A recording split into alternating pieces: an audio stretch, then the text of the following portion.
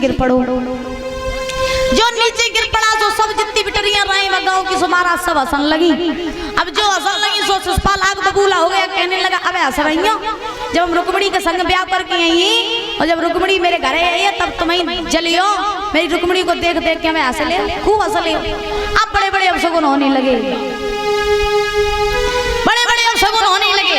उसी समय भाभी ने समझाया लला मेरी बात मानो सुषपाल, बारात लेके न जाओ। सुषपाल नहीं माना, बड़े बड़े अपशगुन हुए। प्रमाण यहाँ तक मिला कि जने दारो पटा पे पैर पटक लगी भारी और जने शीश पे मोर दारी छीट गई।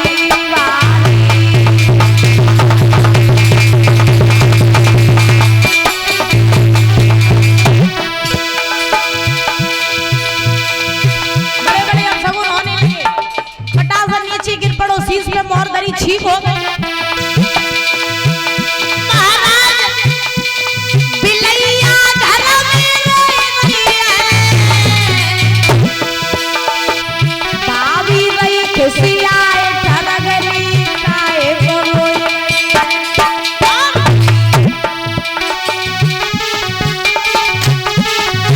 बोले भाभी दे आ मेरे लला को क्या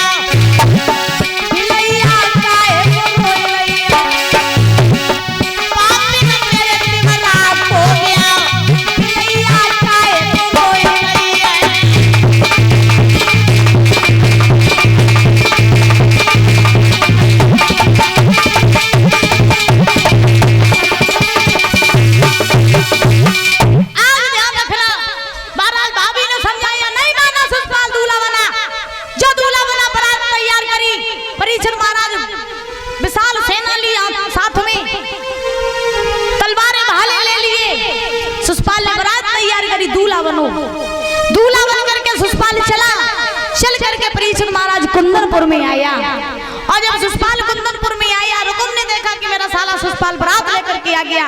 बड़ा सम्मान किया बारात का रुकुम ने, सुंदर सुंदर आसन पर बैठा ला। अच्छा एक बात बताएं परीक्षित महाराज और दादा, एक बात आपको बताएं कि आपके जमाने की बातें कुछ अलग होती थी। बुजुर्ग जितने बैठे हुए हैं आपके जमाने में तो आनंद ही आनंद आता था। कहा जाता था कि पहले जब बारातें आती थी तो परीक्षित महाराज बारातन को ऐसे स्वागत नहीं करो जाते जैसे अब करो जा।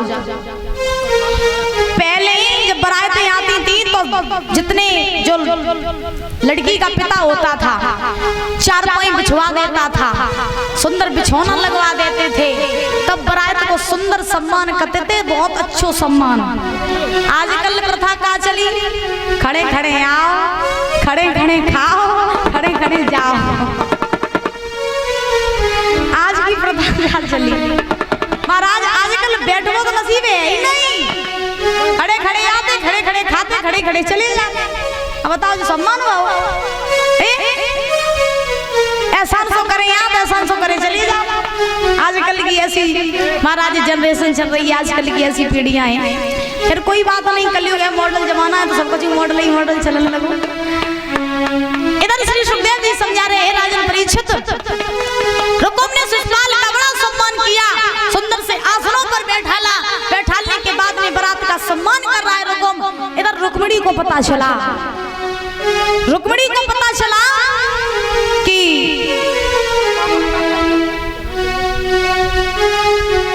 रुक्मणी को पता चला कि मेरे भैया रुक्मणी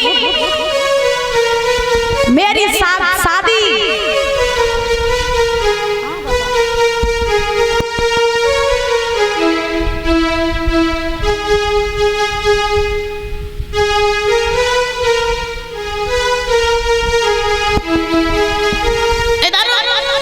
श्री सुखदेव जी समझा रहे हैं राजन परीक्षित, रुक्मणी को पता चला कि मेरे भैया रुक्मणी मेरी शादी अपने साले सुषपाल के साथ तय कर दी।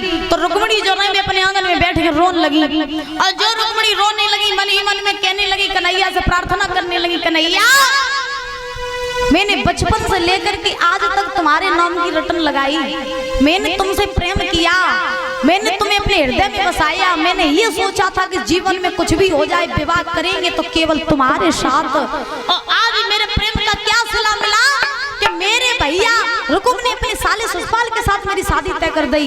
कन्हैया अगर तुम लेवे काज हमें न आए तो जिंदा नहीं बचे, मर जाएंगे। तो रुक्मिणी बैठ के रोई रही थी। तब तक क्या हुआ कि रुक्मिणी के पास में एक संत आ गया, एक ब्राह्मण। जो ब्राह्मण आए रुक्मिणी के पास में, ब्राह्मण ने रुक्मिणी को रोता हुआ देखा तो ब्राह्मण देव कहने लगे, का बात है लली, रोई काहे कर रही? तुम्हें तो खुश होइबो चाहिए, सुषपाल दूल्हा बन के आई हो, बारात आई और तुम रोई रही। रुक्मिणी बोली, जई तो नहीं चाहते कि सुषपाल दूल्हा बने। तो ब्राह्मण देव कहने लगे, तो तुम का चाहती? रुक्मिणी बोली, हम जा चाहते कि मेरो ब्याह सुषपाल के संग ना हो के द्वारकाधीश कन्हैया के संग हो जाए। अब ब्राह्मण देव कहने लगे, वो कन्हैया तो कालो को लूटो कन्हैया, जने बन बन में गाय चराए, लूट लूट के माखन खाओ, बाकी संग तुम शादी करियो। अब रुक्मिणी कहने लगी, संत जी तुम्हें नहीं पता, तुम कह रहे कालो को लूटो कन्हैया, लेकिन तुम एक बात बताएं कि जब प्रेम होता है तो प्रेम में शकल सूरत नहीं देखी जाती। एक बात कही सुनो कि दिल के बाजार में दौलत नहीं देखी जाती, प्यार हो जाए तो सूरत नहीं देखी जाती।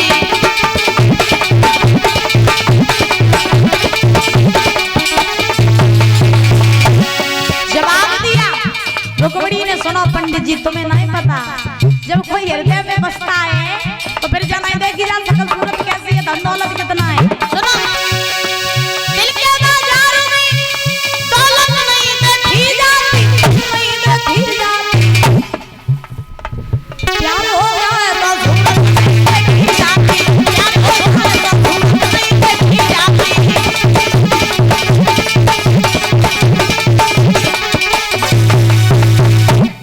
अब महाराज उसी समय पंडित जी कहने लगे, चलो कोई बात नहीं, तुम क्या बताओ कि तुमने कहूं कन्हैया को देखो ना, तो तुम कन्हैया के संग शादी कैसे कर लियो? तो रुक्मिणी कहने लगी, तुम्हें नहीं पता कन्हैया कल ही मेरे सपने में आए थे, कल कन्हैया मेरे सपने में आए थे। तो पंडित जी कहने लगे, सपने में आए थे तो से कछु तो कही हुई है। तो रुक्मिणी बोली, हमसे एक बात कही थी। पंडित जी बोले, क्या? तो रुक्मिणी बोली, सुन ले क्या मैंने